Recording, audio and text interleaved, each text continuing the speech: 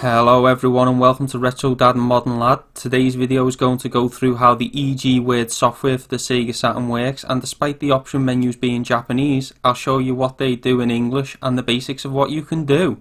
So what is the EGWORD software? Well, it's basically word processing software for the Sega Saturn, not too dissimilar to Microsoft Word, where you could write documents, save them using the Saturn's memory or the floppy disk drive, and also print the documents using the Saturn printer. It is best used with the Saturn keyboard, but can also be used with the controller, so let's get into it. The EG software was a Japanese exclusive for the Sega Saturn and came bundled with either a printer cable or the Saturn printer. There were two versions of the software released, version 1 and version 2. When using the Sega Saturn controller, the buttons do the following things. If you press A or B, you do return or action. If you press the C button, you go back. If you press the Z button, you change the letters, which you can see in the bottom right hand corner, and you can move to English. The Y button is shift, and the X button is space. If you want to hide the letter type in the bottom right hand corner, press the R shoulder button. If you want to bring up the keyboard, press the left shoulder button.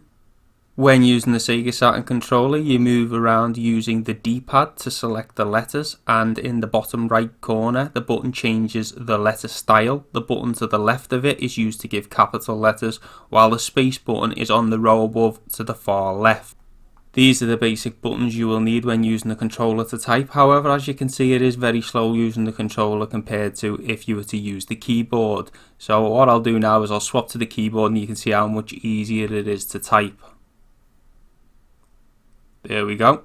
And it's also a lot easier to navigate the menus. If you press F1 on the keyboard, you will bring up the menus. Now the menus are in Japanese, but I'm going to give you a rough translation of what they do. As we can see, the first menu has a lot of basic functions such as open, close, save, print and exit. If you move across to the right, the next menu is for editing, with functions such as copy, paste and inserting and deleting pictures. If we move to the right again, we get the format menu where you can perform tasks such as changing the text colour and adding a page break. Lastly, we have the tool menu where you can change the screen to zoomed in or full screen, document creation and dictionary. If we go back to the first menu and we go down to open, I'll show you one of the documents I've already done. Save file, you don't want to save this file because I haven't really done anything, so press no, and this will give you all the files you've got. So I've only got one file, so if we just press open, and as we can see it says Retro Dad and Modern Lad, and I've done it in different colours, and also I've added 2 pictures. There is 554 pictures you can add to your document already stored on the CD. They are mainly different types of clip art, but as you can see from my pictures, there's also some really cool Sega ones.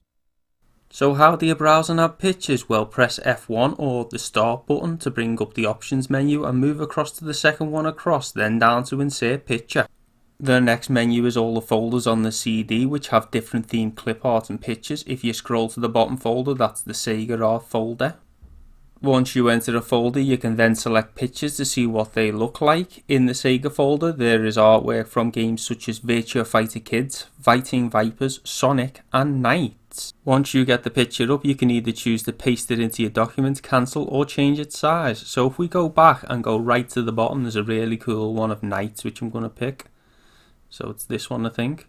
Yeah, this is it. So what we're going to do is we're going to change the size of it, because if you put it in the document straight away, this will take up nearly a page of your document. So what I recommend is a good size is around 50%.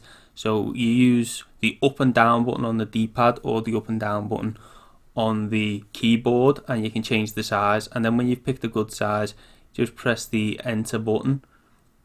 And now we've got to pick where we want the picture to go. So we're going to put it below the other 2 pictures that we've got. And just hit the enter button, and there you go, there's our other picture. If you want to delete a picture, go back to the menus and go down to delete picture, then move over the picture and press enter. Do you want to delete, yes or no? Press yes, the first one, and there you go, it's gone.